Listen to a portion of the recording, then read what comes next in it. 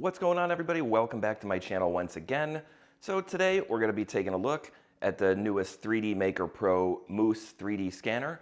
Now, I have tested out a few different scanners in the past and they all work relatively well. There is a slight little learning curve involved in getting everything set up, but once you do, so far all the ones I've tested have worked really well. Now, this is the newest one, which is set to release on March 28th. But I'm going to go ahead, I'm going to get this opened up, we're going to test this out, and let's see how well this one performs.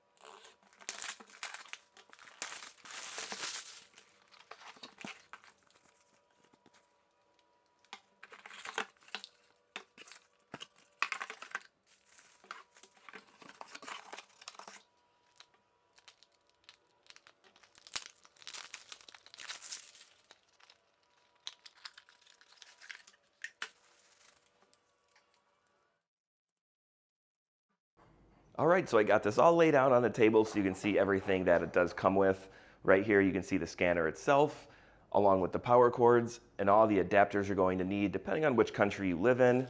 Right here is a little wristband to hook up to the scanner itself for easy carrying.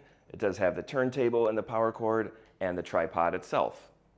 So this did come nicely packaged. However, I would like to point out that mine didn't come with any instruction manual on how to get this set up, which isn't a big deal for me as I've used these in the past. But for some of you, that could be an issue. But this is pretty straightforward, so I will be showing all of that here on how to actually get this set up. All that was included was this little hardware connection piece of paper that shows how to plug in a cord into the side of the turntable, which to me is pretty self-explanatory. I don't think you really need instructions for that. So taking a closer look at the camera, you can see that it is really nice. It does have some weight to it. It's not just cheap plastic. This is a metal case. So this is nicely constructed. This camera also comes equipped with some really nice features, including AI visual tracking, a 24-bit color camera, an anti-shake module, and marker-free technology, which to me I think is probably one of the best, because you don't need to place any dots on your piece or around it just to get a good scan. So when we test that out, hopefully that is true, but I do like that you don't need to use any markers.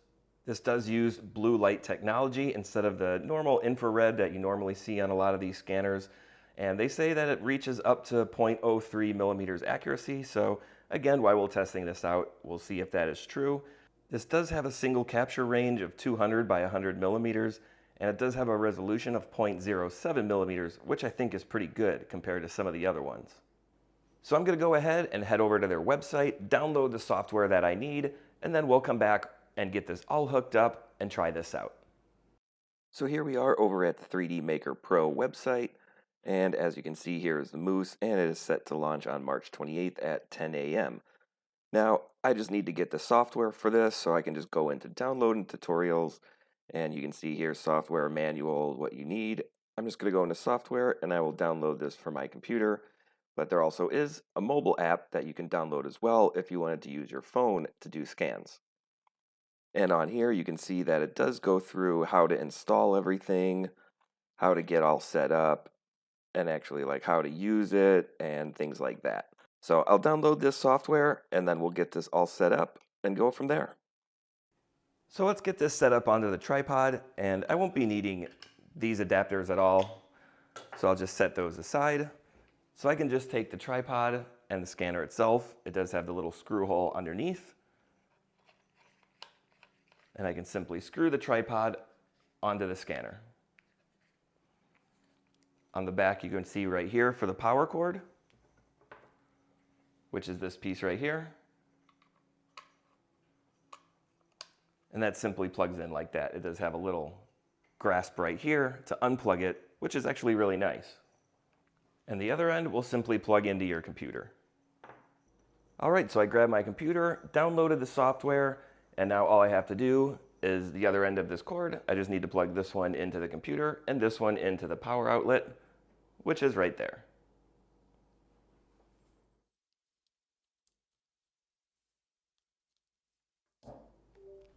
And as you can see, the light does turn on.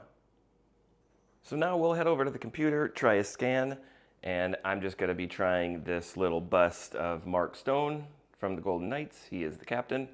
So we're going to try this out, and I chose this one because it's a little bit more reflective, and a lot of scanners don't really like reflective objects, but this isn't that bad. It's a little more of a matte finish, but it does still have some reflectivity, as you can see from the lighting.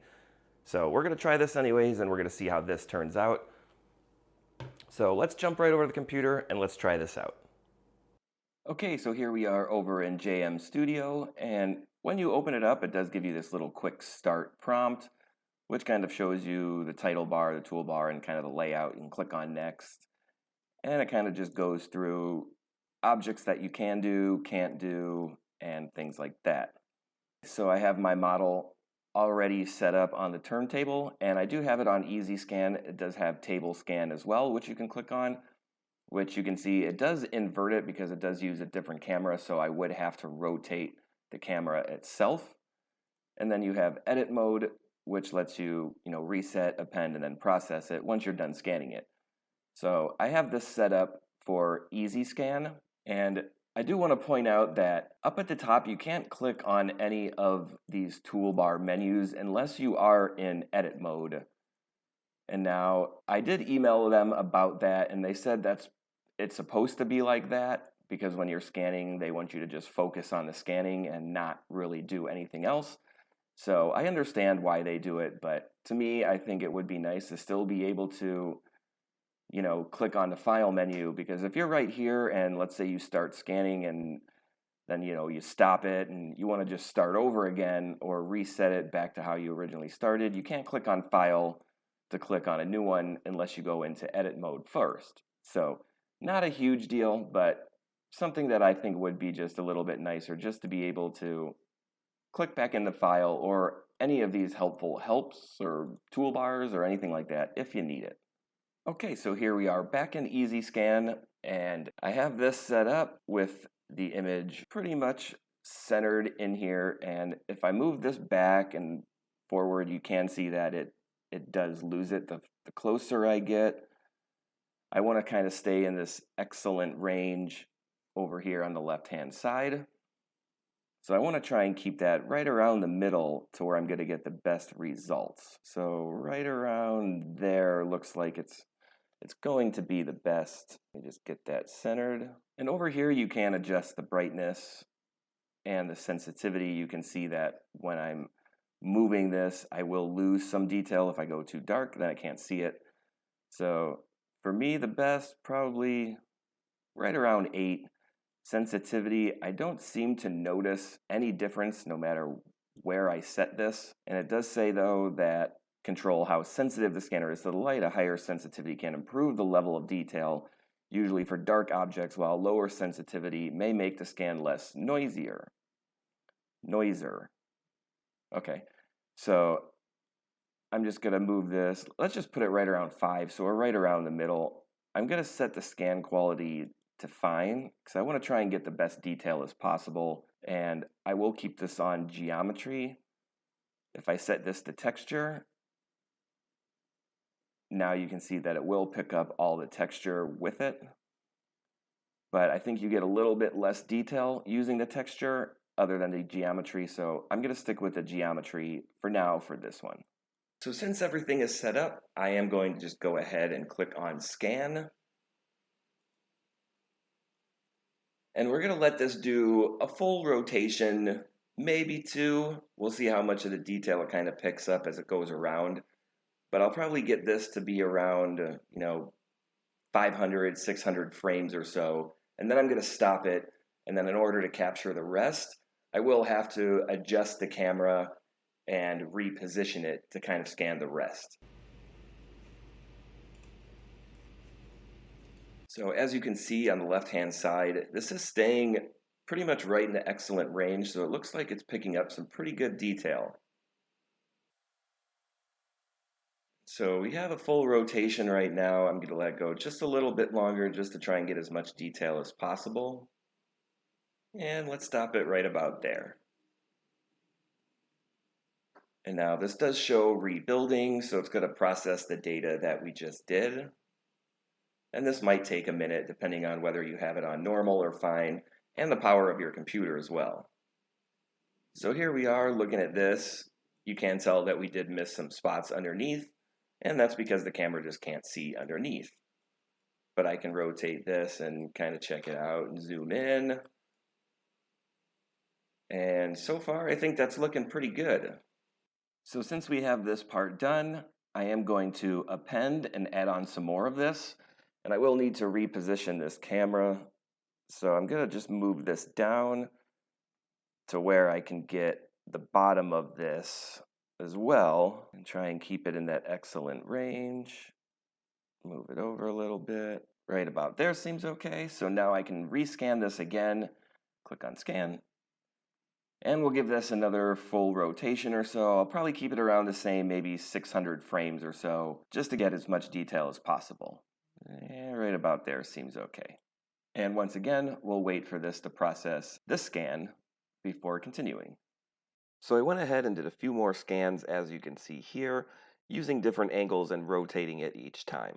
So now I want to go ahead and I want to get these all aligned, and I'll just need to click on 2 of these, and as you can see, these aren't aligned at all. So I can click on align, and it will try to auto align them, and if it doesn't work, we can always go into manual align and go from there. So that has finished, and that is clearly not right. You can see he's got 2 faces, one on each side. That's funny. Okay, so that's not right. So we want to go ahead and click on back. And we're just going to manually align this. Well, I probably didn't need to click on back. I probably just could have clicked on manual, but that's okay. So now what we want to do is we want to set these reference points. You have 1, 2, and 3 on both, and we want to just pick spots that are the same for each one. So if we click on this first one, maybe we set this right at the bottom of his V-neck, and again we'll set this right at the bottom of his V-neck, and we'll click on the second one, and let's see another point that looks good, maybe right in the crease of his arm, it looks like. That probably should be okay. Let's set one there. And we'll set one there. We'll click on number 3, like so. We'll set one there, and we'll set one there. That seems like it'll be a little bit better. And now we'll go ahead and click Align. Okay, so here we go. That is looking much more aligned. That's looking a lot better. So now that we have those 2 aligned, I'm going to do that for each one of these. I'll leave up one of them, click on the next one. So there's always the same kind of reference that I'm using. So I will just kind of skip through all this. I'll do that, and then we'll come right back. Okay, so I got these all aligned.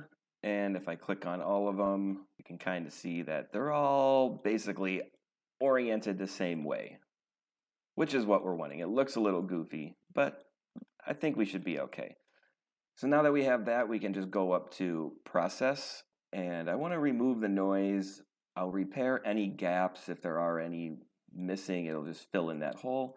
I'm not going to do any texture mapping because I didn't scan the texture mapping or using the texture mapping process. So I'm just going to go ahead and click on process. I'll rename the file. Let's just call this Mark Stone. And we'll click apply. We'll save this and it will process this. Okay, it will save it, and now let's see if it will process it. Let's see, refinement generic, we want advanced, or should we just keep it on generic? Let's just keep it on generic, but we'll set the refinement to high, and they're all selected. Let's click apply, and we'll let this do its thing, and then we'll come back right after that. Okay, so that has finished processing, and do I want to export it right now? I'm just going to click on cancel. I can do that later because I want to take a look at it first. And I think that's looking pretty good. I do have the full model. You can see a little little bits of pieces on the bottom, but it even picked up underneath it. This part right here had some words, but I'm not too concerned that much about that. Overall, I think this is looking pretty good. So now I can go into File and I can export this. I could reorient the axis if I want to. I'm not going to for this one. I'm just going to export it. And I'll export this as STL. And I'll just name this, again, Mark Stone. Click Save. And now he's exported. So I'm going to go ahead, I'm going to start a new project, and we'll try scanning something else. And I'm not going to go through all of this again and do that. I'm just going to kind of do it off camera and see how the next one turns out. But I'll pick a piece that's a little bit bigger and go from there. So I'll do that, and then we'll come back right after that. All right, so I went ahead and ran a few more tests. And as you saw, this was the one I originally did. And I did 3D print this as well. So you can see a comparison of how it kind of looks like once it's printed. And overall, I don't think it's that bad considering this is rather reflective and a lot of light bounced off of it while I was trying to scan it. You can see the back, you can easily read the name and the number. So I think that's good. A few little spots like in the helmet didn't really pick up the greatest, but overall, I'm pretty happy with how it turned out. So after that, I wanted to try doing something a little bit bigger. So I went ahead and I did this Cubs gnome. And I printed that one out as well. And this one to me worked so much better. You can see on this that there isn't any reflectivity on it. The colors are just plain white, blue, red.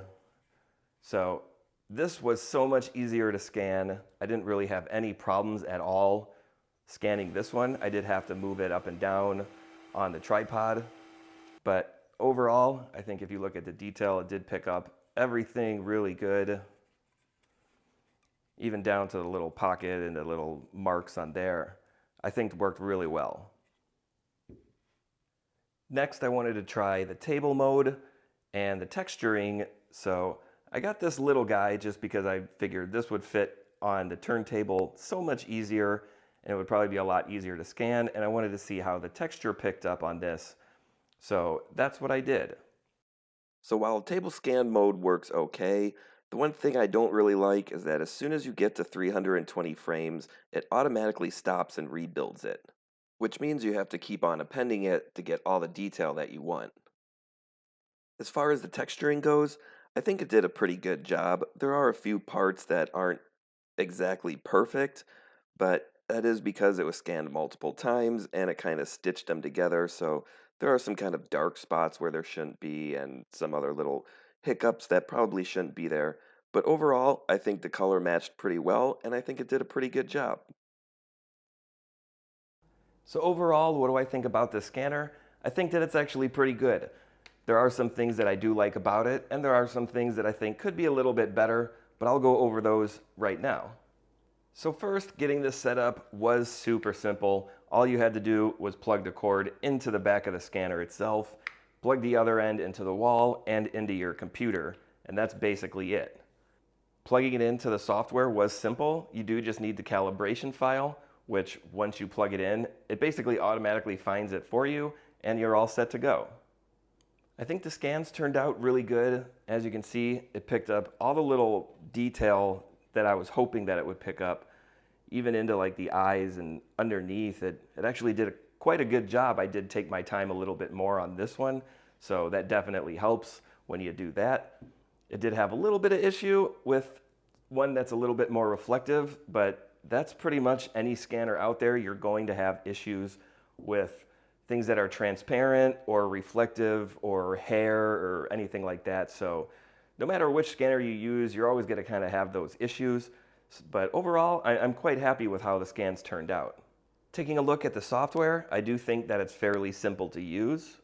You can easily add more scans if you need to, or if you aren't happy with one, you can simply delete them if you aren't happy with it. And if you mess up, you can just click on undo. One thing to keep in mind though is that if you look down at the bottom, your memory usage, this will start to get pretty high depending on how many scans that you have. On this one, you can see that I do have 9 different scans, and it starts to use quite a bit of RAM. So you do want to make sure that your computer is powerful enough to be able to do this. Otherwise, it might start to go really slow, or it might not scan at all. So there's a couple of things I think could be a little bit better about this. And one of them is that I wish the tripod would go a little bit higher. You can see this doesn't go up very high. So if you're trying to scan something like a top view, when you angle this down, you can't really get a good scan on top, especially when it's on the turntable. You kind of have to lift it up to get a better angle of it. So I also really didn't care for how the camera is oriented, whether you're in table mode or handheld mode. When you're in table mode, it needs to be straight like this, but when you switch to handheld mode, you do have to turn the camera sideways, otherwise it's going to be crooked on your screen. So keep that in mind that, again, with the tripod, you are getting even shorter distance to your object than if you have it in table mode, which is upright. So yeah, I kind of just wish that they had both cameras oriented the same way so you didn't have to rotate the camera onto its side if you're using the handheld mode. I think the cord itself could be a little bit longer. It is a rather long cord, but where you plug it into the outlet and where you plug it into the computer, you don't really have a whole lot of room. So I did have to use an extension cord and run it up onto the table to plug this into the wall. So keep that in mind that you only have, maybe 3 feet, 4 feet of working distance between the computer and the wall in order to get this plugged in. So the scanner will be available on March 28th with an early bird price of only $454. Normally it's set to be $699, but for the first month, for anybody that wants to pick this up early, you will get it for about $250 off, and I will include a discount down below to save you an extra $15. So check that out in the description, but save you a little bit extra money. So they do offer a light version of the Moose scanner, which is about half the price of this one, and there really only is a couple differences, one being the accuracy at 0.05 instead of 0.03, 0.1 for the resolution instead of 0.07, and instead of the blue light like this one uses, it does use the infrared light that a lot of other scanners use. So there really isn't a whole lot of differences, but it is half the price, so keep that in mind. If you're on a budget, maybe the light version might be a better option for you. Well, that's going to be it for this video, everybody. I hope you all enjoyed it, and if you did, give it a thumbs up. Hit that subscribe button down below, ring the bell, get notified of all the new videos that come out, and as always, thanks for watching, and I will see you in the next one.